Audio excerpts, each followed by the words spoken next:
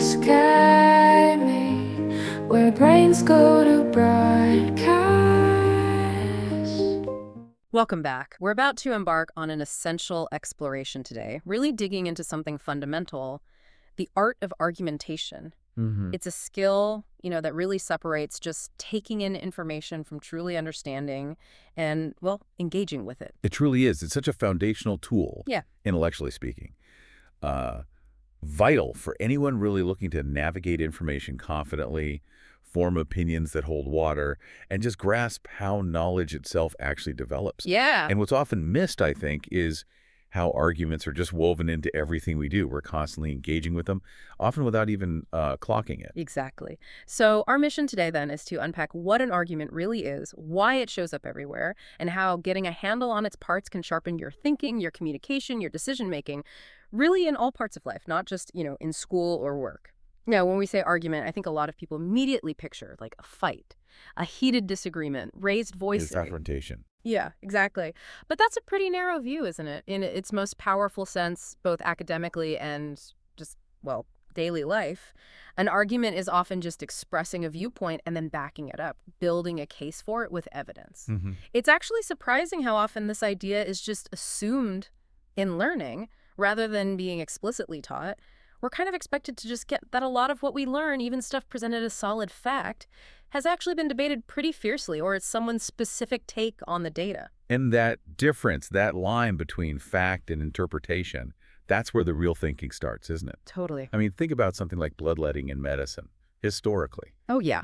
for nearly 2,000 years, this was basically a medical fact in the West. Yeah. Educated people, doctors, genuinely believed drawing blood was the best way to cure almost anything. It was just accepted widely. Wow, 2,000 years. Yeah. But then, science evolved, particularly in the 18th, 19th centuries. People started questioning it, challenging it, using evidence, and eventually it was refuted thoroughly. Right. But it wasn't overnight. It was a process, an argumentative process. It really makes you wonder, doesn't it? What facts do we accept today, maybe without much thought, that are actually interpretations just waiting for a closer look? That's a great question. Because human knowledge, really, it grows out of these differences of opinion. Scholars spend their lives debating what counts as true or real or right. And recognizing this isn't just for academics, right? It helps you see how this whole claim and support thing plays out constantly. Absolute. We all use arguments all the time, probably without thinking, I'm making an argument now. Yeah, every day. Trying to convince a friend which movie to see, figuring out the quickest way home, even deciding what brand to buy at the store. You're weighing claims, looking at evidence, however small, and building your own little arguments. Exactly. So sharpening these skills makes you a better thinker, a clearer reasoner, just better at weighing things up in all parts of your life. So if arguments are absolutely everywhere, what are they actually made of? What's their, intellectual DNA? Well, it generally starts with a specific, debatable statement. This is what we often call a claim or maybe a thesis statement. Okay. And it's not just an opinion, like I like pizza. Yeah. It's more like an intellectual compass, Yeah. It points the way for your whole exploration, your proof. Right. So it separates a real analysis from just, listing facts, an information dump, as some call it. Precisely. Yeah. When you're building an argument, especially in, say, an academic paper or a proposal, you're not just showing you understood the topic. You're showing you can use it, apply it, critique it, maybe build on it in a new way. And you can't really do that without a specific point to argue for. Exactly. You need that focus. A strong claim is really the cornerstone. It's much more than just stating something simple. It needs to be specific enough that you can actually prove it, but, well, broad enough to matter, to be interesting. It should invite discussion, not just shut it down. Can you give an example? Sure. A simple claim might be something like, protons are positively charged, electrons are negatively charged. That's verifiable, fact-based. Okay. But then you get complex claims, like the end of South African apartheid was inevitable. Now that demands a lot more. Historical context, social analysis, political reasoning. It's a big argument. Right. Much more to unpack there. Exactly. And the real intellectual work often lies in those complex claims. A common pitfall is being too obvious, like saying, Frank Lloyd Wright was a great architect. Okay, yeah, that feels a bit bland. It's an opinion, sure, but where do you go with it? It doesn't offer much room to explore. Now, contrast that with something like Frank Lloyd Wright's architecture blends European modernism, Asian aesthetics, and local materials into a unique style. Ah, okay, I see. More specific. Or maybe even, there are strong similarities between Wright's designs and his mother's, suggesting an influence that hasn't been fully explored. See, these are specific, they're definitely debatable, and they open up avenues for real investigation and proof. Got it. So the claim sets the stage. It gives you something concrete to prove. But a claim on its own isn't enough, is it? It's just a statement. Absolutely not. It's an empty promise without backup. So how do we get from making a strong statement to actually convincing someone? Evidence. Yeah. It all comes down to the evidence. Your claim is only ever as strong as the proof you bring to the table. Right. I mean, think about trying to convince your parents to let you borrow the car. You wouldn't just say, let me borrow the car. Yeah. Probably not effectively. You'd use evidence, like remember how responsible I was last time, or my driving record is spotless. Maybe even statistics show teens who follow rules XYZ are safer drivers. Exactly. Those are all forms of argument, using different kinds of evidence. Past behavior, appeals to logic, maybe even statistics, some more academic than others, perhaps. Yeah, maybe the whining isn't peer-reviewed. Probably not. But it highlights a key point. What counts as good evidence really depends on the situation, the context. How so? Well, think about different fields. What convinces an English professor, maybe a really close reading of a text, looking at symbolism, character arcs, how the argument develops logically? That might be totally different from what convinces, say, a sociology professor. They might want statistics, survey data, case studies, field research. Right, different kinds of proof for different questions. Exactly. Evidence could be numbers, it could be logical steps, it could be something from the thing you're studying itself, like a quote from a poem, a detail in a painting, how an atom behaves. Or how something works. Or how something works, yes. The key principle, though, is that the evidence must fit the specific claim you're making right then, in that part of your argument. Can you give an example of that? Sure. Let's say your claim is, moving the student seats closer to the basketball court will boost player performance. Okay. Your evidence should be about things like how crowd noise or visible fan support affects player morale, focus, maybe even adrenaline levels. Yeah. Stuff directly related to performance. Right. It would not be appropriate for that specific claim to bring in evidence about how much more money the university could make from those closer seats. That's a different argument entirely. Ah, okay. Keep it focused. Don't mix apples and oranges in the same point. Precisely. Keep your arguments tidy, ordered. As the saying sometimes goes, you can't convince a confused person. Clarity and direct relevance are key. That makes a lot of sense. Keeping things coherent. And building on that, I guess one really strong way to make your argument even more convincing and show you've really thought it through is to deal with the other side, right? The counter-arguments. Oh, absolutely. Addressing counter-arguments proactively is a sign of strength, not weakness. How so? It seems like you're giving ammunition to the opposition. Well, not if you handle it well. By bringing up potential objections yourself and responding to them thoughtfully, you show you've considered the issue from multiple angles. You demonstrate intellectual honesty. Oh, okay. Plus, you get to frame the objection and your response in a way that supports your overall case. You can sort of preempt the doubts your audience might already have. So back to the basketball seats example. Right. You wouldn't just talk about the benefits for students and players. You'd also acknowledge and address the concerns of, say, the alumni, who pay a lot for those premium courtside seats and might object to being displaced or having students nearby. Gotcha. So you anticipate the yeah, but. Exactly. And engaging with those differing views actually reinforces your own position. If you do it right, it shows you're confident enough to tackle challenges head on. So how do you even find these counter-arguments? Especially if you really believe your point. Good question. Several ways. You can do a bit of research. Chances are someone somewhere disagrees with you, even on things that seem obvious. You mentioned historical revisionists earlier.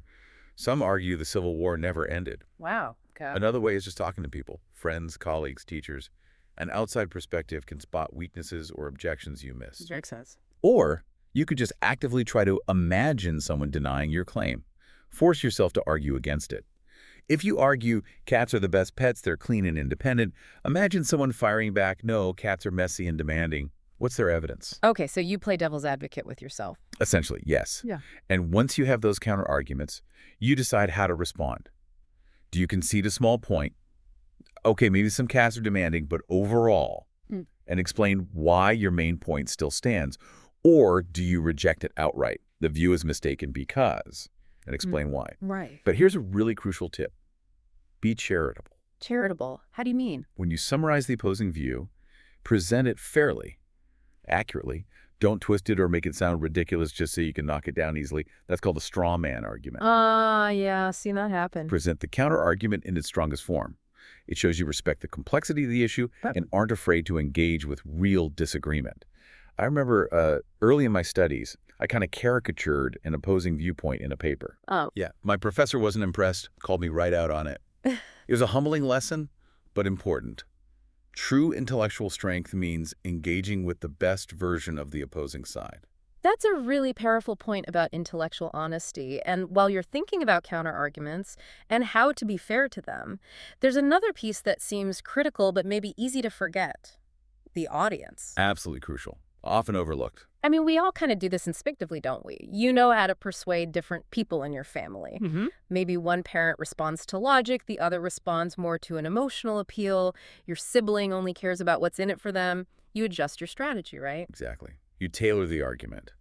And connecting this to the bigger picture, understanding your audience profoundly shapes everything, not just what you say, but how you say it, how you structure it. So in a more formal setting, like academically or professionally? Well, you generally assume your audience is intelligent, capable of following reasoning, but not necessarily already on your side. They're open to being persuaded, but they need convincing. So, sturdy proof, clear logic. Sturdy proof, clear logic, yes. And, crucially, don't assume they can read your mind. Right. Don't be clairvoyant. Don't expect them to be, You have to explicitly state your claim. Lay out your evidence, connect the dots, show your reasoning. Even if it's your professor who knows the subject inside out, they need to see your specific take, your interpretation, your argument using that material. They need to understand your thinking process, not just the conclusion. Precisely. Thinking about what questions or doubts they might have helps you build a much stronger, more persuasive case. Okay, so we've talked about claims, evidence, counterarguments, audience, all parts of building a strong argument. But doing that well also seems to rely heavily on how well you understand other people's arguments, right? Which brings us to reading. Critical rating, absolutely indispensable. Yeah, not just reading for information, but reading critically. Challenging that idea that just because something is in print, it must be true or the final word. Exactly. Resisting the urge to just accept the printed word as authority. You have to remember, every author has a perspective. An agenda, if you will, something they want you to see or believe. Not necessarily in a bad way, but just a viewpoint. Just a viewpoint, exactly. It's just how communication works. But being aware of it is the first step to reading critically. So how do you do that? How do you read critically in practice? Well, one practical technique is to move beyond just highlighting text. Highlight can be passive. Try taking notes instead. In the margins, on a separate page, whatever works. The key is to actively put the author's main ideas into your own words. Why is that helpful? Because that act of translation, of rephrasing, forces you to process the idea. It stops being just a fact you consumed and becomes an argument you can actually analyze, question, and respond to. Okay, I like that. Turning it from passive to active. Exactly. And as you're reading and taking notes, ask yourself some key questions. Like, what's the author really trying to prove here? What are the underlying assumptions they're making, the things they need me to accept to agree with their conclusion? And then, do I actually agree with those assumptions? Does the author back up their main point well enough? What kind of proof are they using? Is it the right kind? Is it convincing? And maybe, what are they leaving out? Yes. Is there anything missing here that would change the picture? Asking these kinds of questions consistently turns you from a passive reader into an active participant in the conversation. You start seeing the arguments behind the text, you spot biases, you assess the strength of the evidence. And presumably doing that makes you better at building your own arguments. Without a doubt, it sharpens your own analytical skills and gives you a much better sense of what makes an argument truly compelling and effective. So, bringing this all together then, what's the main takeaway for everyone listening? We've covered a lot, from arguments being everywhere to claims, evidence, counterarguments, audience. What does it all mean practically? Well, I think the big takeaway is that this isn't just some academic exercise. It's not just about writing papers or winning debates. Right. It's really about developing a crucial life skill, Yeah. a way to navigate this incredibly complex world of information we live in. It's about empowering yourself to evaluate things clearly, to understand different perspectives, and importantly, to articulate your own views with clarity, with confidence, and with integrity. So to really make these ideas stick, maybe here's something to think about. Consider an idea or a fact that's widely accepted in your own life, maybe in your job, or just something you generally believe. Good exercise. Ask yourself, what's the underlying argument that makes people accept this? And what kind of evidence could you look for to really test it, to challenge it, or maybe even find stronger support for it? That's a fantastic way to put it into practice. It's about cultivating that critical curiosity. Exactly. Keep that curiosity alive, keep thinking critically, and we'll talk with you next time. Cascade me where brains go to bright.